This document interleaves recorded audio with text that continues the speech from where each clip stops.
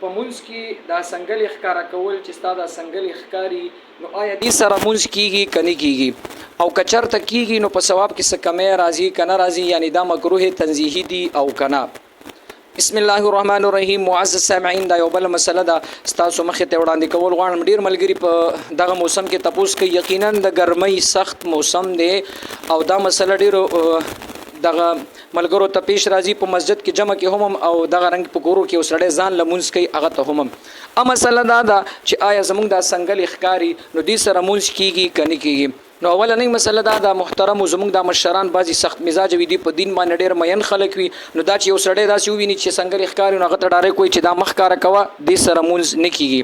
محترمو که سنگل ښکاره وي نو دې سره هم مونځ کیږي. یو مسله دا ده چې مونځ ور سره کیږي نو آیا په مونځ په ثواب کې کمې راځي کنه راځي. ځکه د ګرمۍ موسم دی اکثر ملګری ډېر زیات پوکي وي دا ډستونی اوچتای نو دې متعلق دا مسله ده.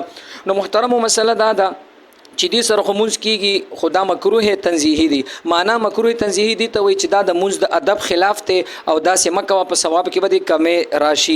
نو دی وجنه ځکه چې ته په دنیا کې یو مشر ته ودرېږي داسې یو معمولی مشر وي یا داسې د یو صوبي مشر وي هغه ته ودرېږي نو موږ محترمو د خپل لباس د لمنو د جامو داسې د ډستونو خیال ساتو که هغه اوچتې هغه راښکته کوو دا د هغه ادب خلاف ته د مشرانو ته. نو بیا د بادشاهانو بادشاه ته ودرېږي نو ته د خپل لباس خیال نه ساتې تر ډستونې اوچتې نه.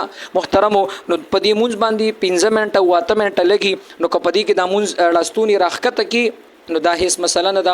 نو دی وجنه محترمو دا د مونځ د ادب خلاف ته ځکه چې الله ته ودرېږي بالکل خشوع عاجزۍ سره بالکل چې لباس ته بالکل برابري صفا سوتره نو دا ودرېدل پکار دي. نو دی وجنه محترمو دا مکروه تنزیهی دي دا لاستونی سنگل مخ کاره کوي کله شان اوچتي سم مسله نه کوي خو سنگل مخ کاره کوي په خپل موري او نور مسلمانانو سره هم شیر کې ځکه تاسو د شیر د وجنه بدا بل ته ورسي او داسې د مزید نورو مسایلو د پر زمونږ پیج دا پاڼه دا فالو کوي دا شیر کوي نور مسلمانانو ته هم دا مسایل رسي.